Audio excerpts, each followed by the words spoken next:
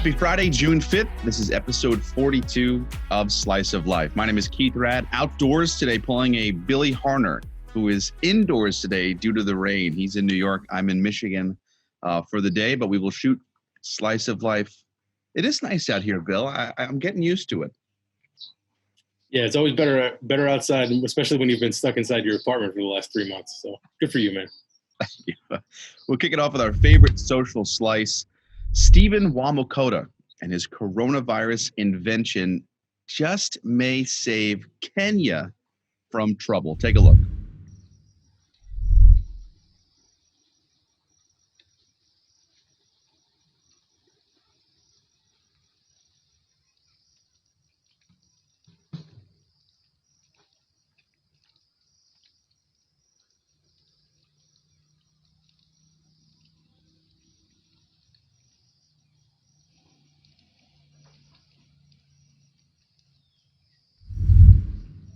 So, Billy, our inventor here is 9 years old, and I love stories like this on the show because I know that when you see stories like this, you love them too. But you think, man, that youth, they just they got us beat. They've left us out in the cold. Better, smarter, faster, all that stuff.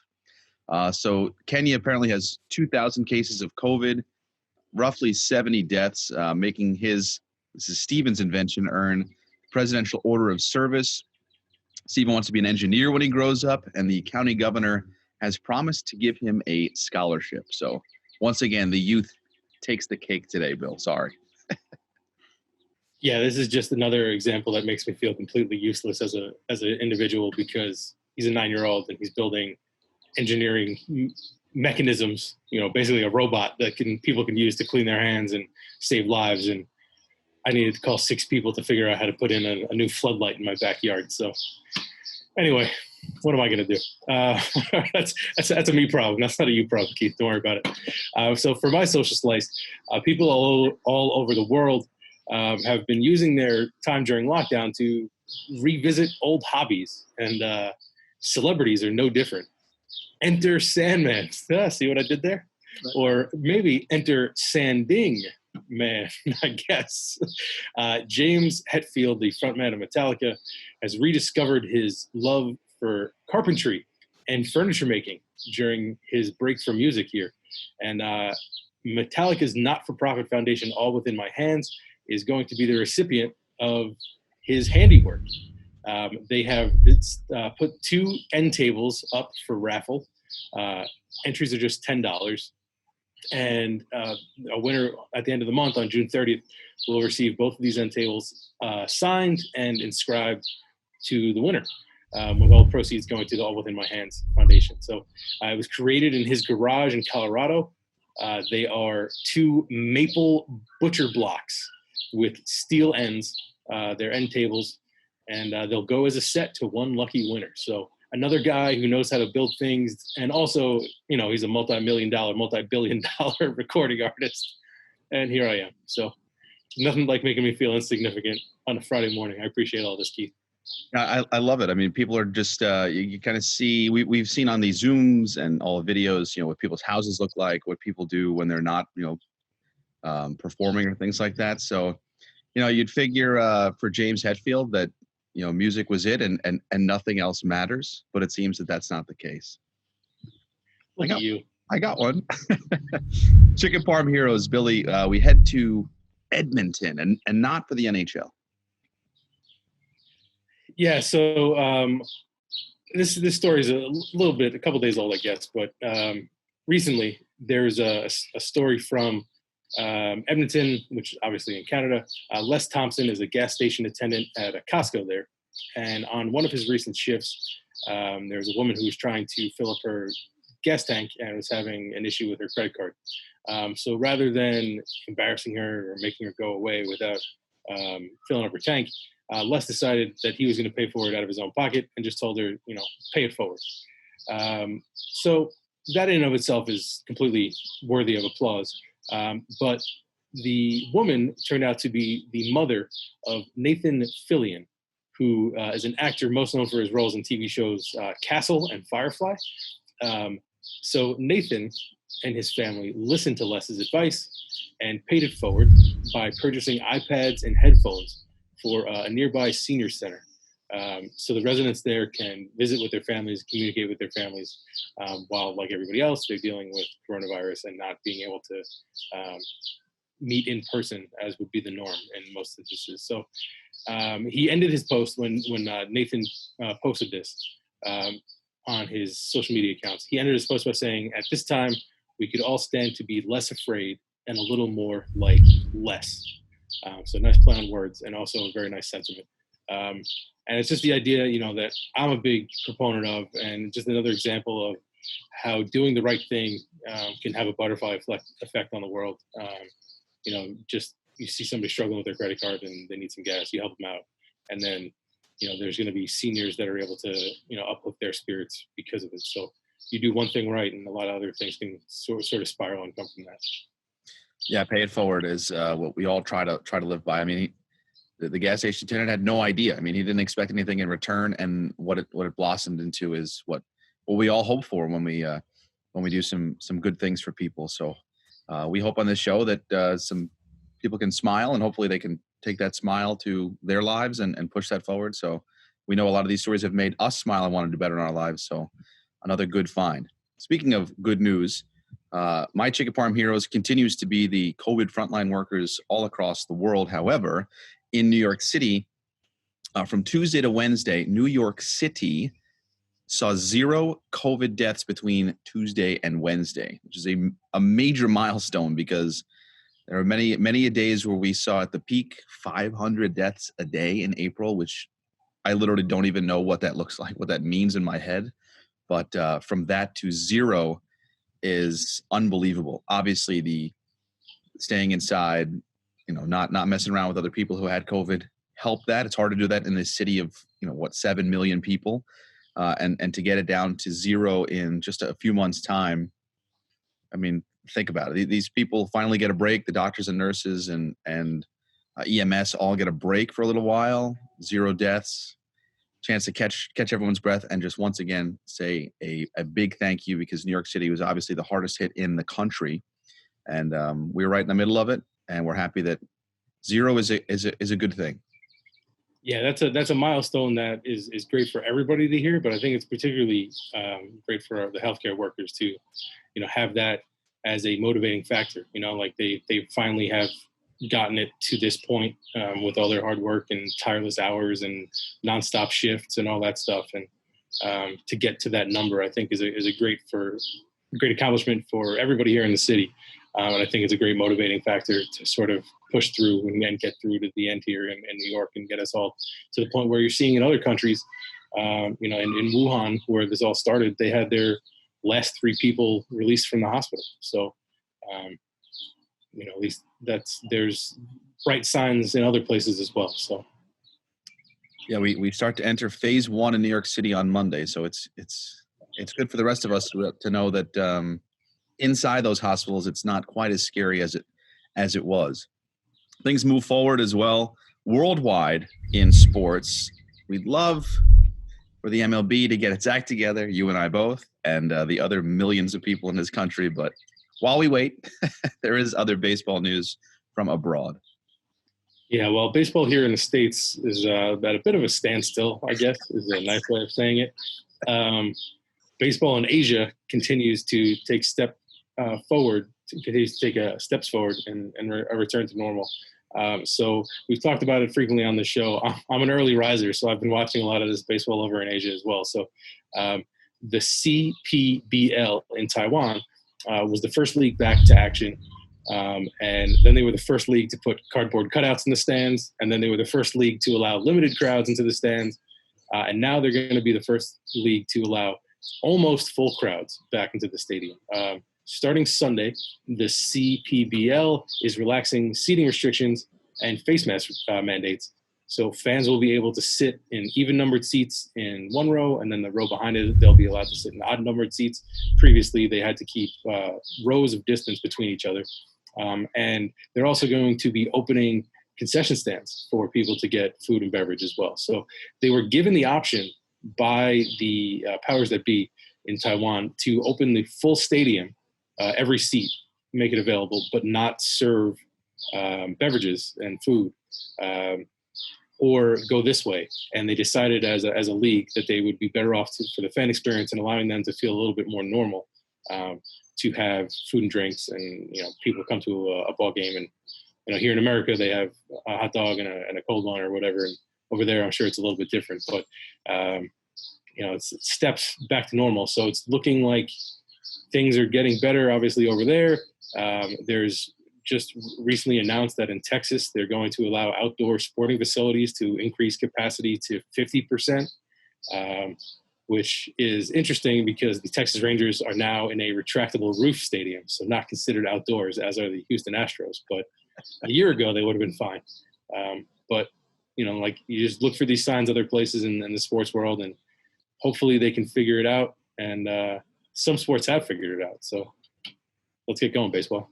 Yeah, the funny thing is that our enjoyment goes into now phases as well. Like you said, you can go to the game, but when you sit down, you watch, you're like, all right, baseball, and then you're like, boy, I could use a hot dog right now. Not yet.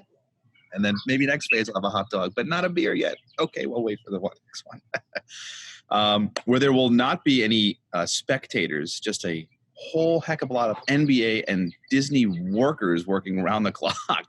The NBA is back. Let's run through what was announced yesterday. So 22 teams. There'll be 13 from the better conference, from the Western Conference. I didn't mean to say better conference.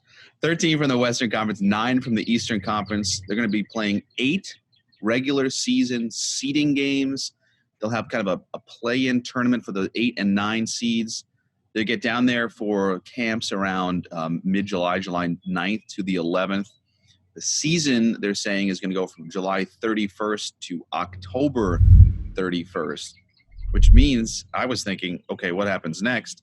Next year is going to begin on December 1st. So if you're the New York Knicks, you're sitting around for quite a while. They'll be playing games after games after games in Disney. 4 hours between games to get overtimes, cleanups, warm-ups, get the people working the shot clock a chance to catch a little Gatorade. NBA Finals is going to be every other day. It's going to be weird. It's going to be like watching the Summer League, but like these games are really matter. But I don't think anyone's going to care when they're watching, Steph and LeBron and everybody get rolling again. So good news from down in Florida as the NBA continues to shine. Yeah, as I've said numerous times, I'm a big basketball fan. I love basketball, and I'm just a fan of the league in general, of the NBA and the way they do things. As someone who works in sports, I'm very appreciative for. It always seems that they're close to doing the right thing all the time. Nobody's perfect, but the NBA does it pretty well. I'm going to be interested to see. There's a lot of conversation about what they're going to do in terms of home court advantage, because people play all season long, and there's been some proposals where they'll have less fouls in order to get into the bonus, or different things like that are potential for adding to a home court advantage for these higher seeded teams when it gets into the playoffs, because obviously there will be no crowd and therefore no home court advantage. They're also talking to all these teams about shipping in their floors into Orlando, to putting them on the actual court when they're playing. So when the Lakers are playing a home game, they'll be playing on the Lakers court. Whether or not they do it or not, that's an interesting idea. They're looking at doing 5 or 6 games a day in multiple locations. So you're going to have around-the-clock basketball, which is perfect for what I'm looking forward to. And just this whole thing in general, it's going to be very interesting to see how this works. It seems to be that they're going to be the first teams back out there on the court. It's a little bit crazy that it's June 5th and they're looking to start July 31st, and they already have it lined up, whereas like baseball is still not in a place where they're getting ready to go and they're hoping to start July 1st. So that's a little backward, it seems. But the other idea of what, they're going to, if you're theoretically, you have a Lakers-Bucks finals, let's say, and you're finishing up on October 31st, you have a month off between the end of your postseason and the start of your next regular season. There's going to be a lot of load management for the 2021 season, I would imagine. So I'll do anything to get sports back, man. So this is a good first step, and I love basketball, so I'm looking forward to this for sure. And October, think of October. If you have football and you have college football, now you have the NBA, and theoretically fingers crossed, maybe you have baseball. You're going to have the Masters in the fall. This is going to be, if you're a sports fan, you're going to sit on your couch until it is actually attached to your body coming in this fall. You don't really want to work from home anymore, but October, I mean, hey, let's just try it out. What do you guys think? We'll just go back home and work again. The trickle down effect too. You're absolutely right. It's gonna be so odd. How do you? I hate this. I hate to be first take guy, but how will we look back at this season and what it will count for? Like, if LeBron gets to the finals again but doesn't win, does it tarnish his rep or whatever? Or next year guys are going to take a smaller salary because this year they were already paid in full. How will that affect everything? Yeah, College, everything. Yeah, I mean, now the NBA draft lottery is going to be like in October next year, mid-season almost. Yeah. Yeah, so that's a little interesting. But I'm most curious to see. So in Brooklyn, they signed Kevin Durant with the expectation that he wouldn't be able to play until 2021 or the following season, and now it's going to be more than a year since his injury, which is a conservative estimate for how long it would take to recover from an Achilles. So theoretically, he could probably play when basketball starts up again. So I don't know if that's, up there for debate, but, if the Nets are their playoff team, which currently they would be, and you're going to add Kevin Durant to that, that's a, 6 or a 7 seed or whatever they're going to end up being. And you're adding one of the top 3 or 4 players in the league. That's a nice little get and would be one positive result from a season being paused for 4 months. My favorite phrase. It'll be interesting to see because we are just waiting and waiting and waiting. What do you got? What do you got coming up this week? Anything you're looking forward to as this weekend unfolds? A whole lot of this probably, but as a parent, I have 2 kids under 5. I've mentioned that probably every day that we've done this show. So there's a lot of difficult conversations that you've been forced to have here recently with your kids, whether it be with the coronavirus or everything else that's going on with our country in terms of the racial equality. So tomorrow, Saturday at 10 a.m., CNN and Sesame Street are partnering, which is interesting in and of itself, but they're partnering for a program at 10 o'clock in the morning called Coming Together, Standing Up to Racism, which they've done it for coronavirus as well. And it goes into detail that, you're not going to be speaking above your kids' heads. And it speaks to them and to a level that they're understanding. So I'm probably going to try that out and make the conversations a little bit easier because they have a better way of speaking on their level probably than I do. So it's not going to be a one-way conversation. We'll be involved as parents for sure. But if you're a mom or dad out there and you're looking for a way to try to find the right things to say without saying something terrible to your children, this is a good way to sort of ease the transition, I think. And I think that parents will be surprised maybe how simple it is when it comes to, racism for some people like you and me. It doesn't make any sense. Why would you treat people a different way? Some people just don't do it. But for kids who may see what's going on and have questions, they may so simply be, why would people treat? I just think it'd be so nice to see love through the eyes of a child. I don't have any children, obviously, but kids are so simple and so to the point and so literal that I think a lot of benefits are going to come to that conversation tomorrow. Yeah, and like I said, we've had sort of these conversations a little bit with particularly my older one because he's 5 and has a better understanding of what's going on. And that was the exact conversation is, I don't understand why are people mean to each other? That's basically what it comes down to. Whether you're adult or you're a kid, that's the question that we're all sort of trying to figure out. And as a 5-year-old, he gets what a lot of adults don't. So that made me very proud as a parent for sure. Beautiful. Nice week. Maybe we'll see you in the pool on Monday. I'm trying to get this pool show before quarantine is over. Who knows? I'll get my floats ready this weekend. Hopefully it's a nice one on Monday. We'll take care of it. All right, Billy. I'll talk to you on Monday. Take care. Have a good weekend.